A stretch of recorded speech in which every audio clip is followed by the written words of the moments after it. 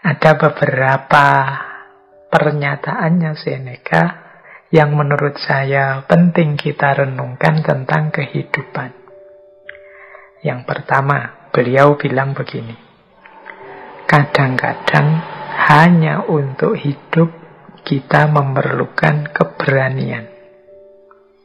Nah, kalimat ini mendalam sebenarnya. Banyak orang yang hidup, tapi sebenarnya dia tidak berani hidup. Tidak berani hidup itu bisa dalam arti tidak berani menerima tantangan. Bisa dalam arti mandek dan tidak mau mengembangkan diri. Bisa dalam arti melarikan diri dari masalah-masalah konkret yang dia hadapi. Bisa dalam arti tidak mampu memanfaatkan potensi-potensi yang dimiliki. Jadi ini bisa kita sebut orang yang tidak berani hidup. Jadi kita dianugerahi oleh Allah kehidupan, tapi perilaku kita seperti orang yang tidak berani hidup. Termasuk mungkin bisa kita tafsirkan orang yang tidak berani hidup itu orang yang tidak mau menjaga hidupnya sendiri. Orang yang sembrono dengan hidupnya sendiri. Itu menurut saya juga bagian dari orang yang tidak berani hidup. Jadi kan ada orang itu yang sudahlah, saya tidak perlu diatur-atur, saya nekat saja, nanti kalau mati kan ya sudah. Nah ini orang ini berani mati sebenarnya, tapi kalau ditelusuri dia tidak berani hidup. Orang hidup itu berani mati bagus, tapi dia juga harus berani hidup. Termasuk, ya kalau ini kan masih eranya pandemi, yang kita itu dinasehati oleh para ahli untuk biar kita tetap sehat, harus menjaga menggunakan protokol-protokol kesehatan. Kan ada di antara kita yang sudahlah saya tidak protokol-protokolan. Kalau sakit ya biar saja, mati sudah takdirnya. Ini logika ini tidak salah, tapi kurang lengkap. Sampean berani mati, tapi harusnya juga berani hidup dengan segala resikonya. Jadi berani hidup itu berarti berani untuk juga memelihara hidup yang itu amanatnya Allah pada kita. Jadi ini kalimat yang pertama ini menurut saya penting. Kita hidup itu ya harus lengkap. Hidup ya berani, mati ya berani. Banyak orang yang tidak berani hidup, meskipun dia berani mati. Atau ada yang sebaliknya, berani hidup tapi tidak berani mati. Biasanya juga terus orang yang tidak berani mati ini macet, mandek, tidak mau berjuang, tidak mau berkembang karena khawatir mati. Dua-duanya negatif. Kita harus berani hidup juga berani mati.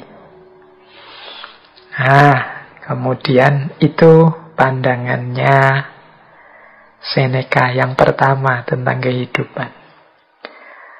Yang kedua, kata Seneca begini, selama engkau masih hidup, teruslah untuk belajar hidup. Jadi ini pernyataan ini menurut saya menegaskan bahwa hidup ini sifatnya dinamis, berubah-ubah, berkembang. Oleh karena itu kita juga harus punya sifat mental yang dinamis, mau berubah, mau berkembang. Caranya ya kita harus belajar terus tentang hidup kita ini. Logika yang kemarin benar, sekarang mungkin tidak cocok lagi, tidak pas lagi dipergunakan. Maka ayo terus belajar. Dulu kalau kita aktif silaturahim ke rumahnya teman-teman kita, saudara-saudara kita, itu terpuji. Tapi hari ini di era pandemi ini justru kalau kita nekat mengunjungi saudara teman kita, sangat mungkin kita akan menyusahkan dia. Karena sekarang eranya kita diminta untuk jaga jarak dulu. Oh, ini kalau kita tidak belajar terus, ilmu kita mandek. Logika sebelum pandemi, mungkin tidak bisa diterapkan sekarang saat pandemi. Cara berpikir dulu dan sekarang beda. Itulah gunanya kita belajar terus.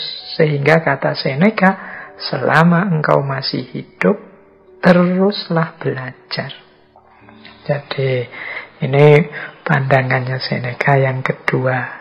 Berarti belajar itu wajib, penting. Ini agama kan juga sudah tegas menyatakan itu.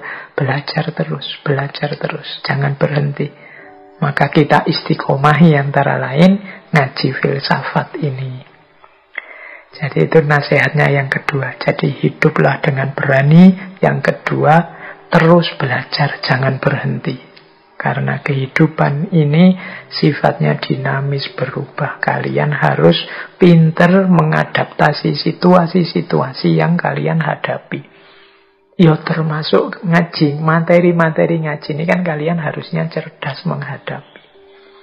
Jadi tidak harus kemudian isinya diterapkan semua. Ada kalanya tidak relevan. Atau dalam situasi tertentu bisa tidak pas. Misalnya itu saya kemarin tidak sengaja membaca komentar.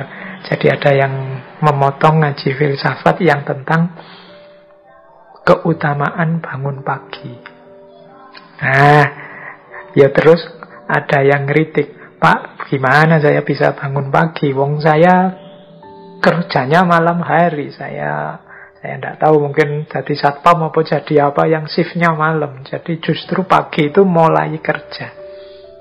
Nah, ini sebenarnya komentarnya ya cerdas, tapi sebenarnya tidak harus begitu. Kita mestinya ya ngerti setiap teori, setiap konsep, setiap kebijaksanaan itu pasti ada konteksnya, ada ruang dan waktunya sendiri, dan pasti tidak berlaku untuk segala situasi.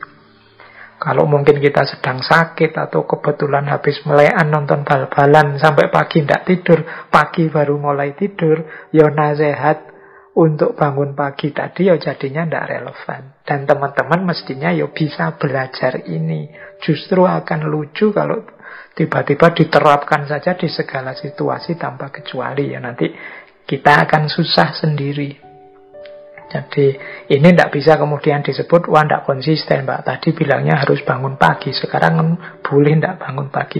Ini bukan urusan konsisten, tidak konsisten.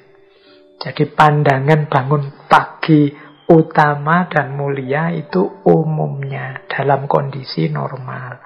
Dalam kondisi-kondisi khusus tertentu, ya tidak harus berlaku begitu kalau memang tidak bisa diterapkan. Ini loh yang disebut kebijaksanaan itu. Ngerti situasi, ruang, dan waktunya. Jadi selama engkau masih hidup, teruslah belajar. Jadi itu nasihatnya Seneca yang kedua. Yang ketiga, yang tentang kehidupan. Beliau bilang begini, hidup itu panjang kalau engkau tahu cara menggunakannya. Nah, kita ini kan sering mengeluh umur kita pendek. Waktu kita terbatas. Kata Seneca justru sebaliknya, kalian itu masih diberi kesempatan oleh Allah, oleh Tuhan untuk hidup hari ini. Itu sebenarnya manfaatkanlah sebaik-baiknya. Sampai di titik kalian puas dengan hidup yang kalian jalani. Kalau kalian bisa cara memanfaatkan detik per detik usiamu itu, insya Allah hidupmu itu sebenarnya rasanya akan panjang. Jadi hidup itu panjang kalau kita tahu cara menggunakannya. Tapi kalau kita tidak tahu cara memanfaatkan hidup ini semaksimal mungkin, detik per detik, jam per jam, hari per hari, minggu per minggu, bulan per bulan, ya hidup ini rasanya pendek. Biasanya terus kita kaget-kaget. Waduh, sudah tanggal 1 lagi ini. Sudah ganti bulan ini, tidak terasa sudah seminggu ini, tidak terasa sudah. Kita akan selalu begitu kaget terus. Itu menandakan kita belum memanfaatkan waktu kita sebaik mungkin. Ini nanti yang mengesankan, ternyata waktu itu hari ini semakin cepat ya rasanya. Enggak, waktu itu tetap sama. 1 jam ya tetap 60 menit, 1 bulan tetap 30 hari. Hanya saja terasa pendek karena kita lewatkan begitu saja. Jadi rumus hidup yang ketiga kalau versinya Seneca, yuk kita manfaatkan waktu hidup kita manfaatkan detik per detik, segala fasilitas yang kita dapat sebaik mungkin sehingga kita tidak menyesal. Jadi karena hidup itu panjang. Kalau tidak, itu nanti berlaku kalimat selanjutnya. Saat kita menunggu kehidupan, kehidupan itu sendiri berlalu. Jadi kita terlalu lama nunggu, kita terlalu lama menunda, kita terlalu banyak cari alasan-alasan untuk melakukan sesuatu, kebaikan, kebenaran, kemanfaatan. Akhirnya hidup itu berlalu. Jadi kita itu kan sering nawar sesuatu yang harusnya segera kita lakukan. Pingin saya rasanya mumpung WFH ini banyak nulis, atau banyak membaca, atau memperbanyak ibadah. Itu sampai pandemi ini hampir 2 tahun. Yo, mungkin masih ada yang levelnya masih ingin saja. Masih rencana-rencana saja sejak dulu. Target baca bukunya masih tidak nyampe, pingin nulis juga tidak jadi-jadi, ibadahnya yo masih sama kayak zaman dulu sebelum pandemi. Ini kita terus membuat alasan-alasan, bikin excuse, tapi kan, ya wis, akhirnya kita ndak punya ndak mampu memanfaatkan hidup kita sebaik mungkin. Rasanya umur kita ini pendek.